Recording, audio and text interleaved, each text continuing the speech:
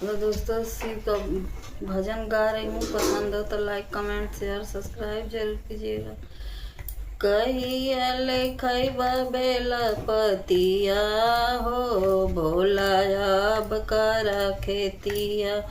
कहिया खैबा बेला पतिया हो भोला अब करा खेती।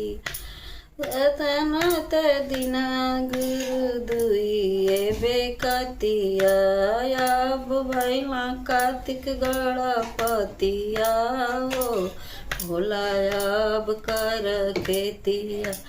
कहिया खैबो बेला पतिया हो भोला अब कर खेतिया।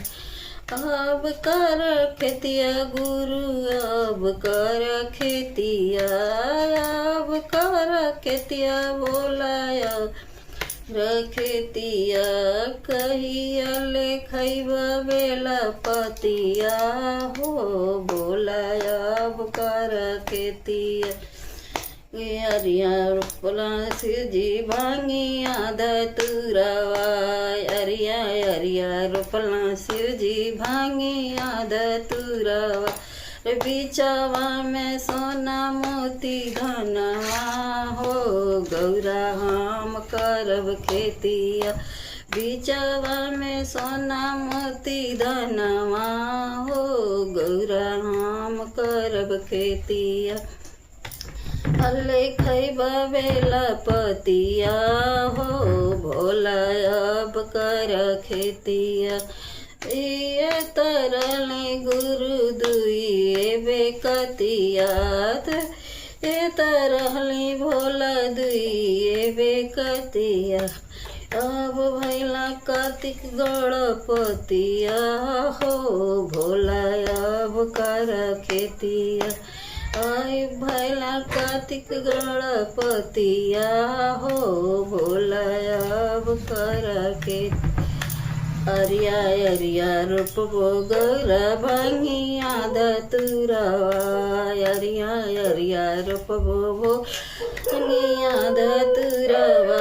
बिचवा में सोना मोती धनवा हो गौरा हम करब खेतिया। लहर करे भांगिया धतुरवा। लहर भांगिया धतुरवा। कहू न जीना मोती धनवा हो गौरा हम करब खेतिया। खैबा बेला पतिया हो भोला अब कर खेतिया। कहिया खैबा बेला पतिया हो भोला अब कर खेतिया।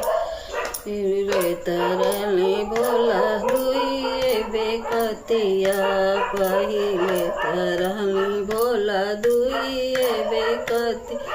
अरे अब भैला कार्तिक गणपतिया हो भोला अब कर खेतिया।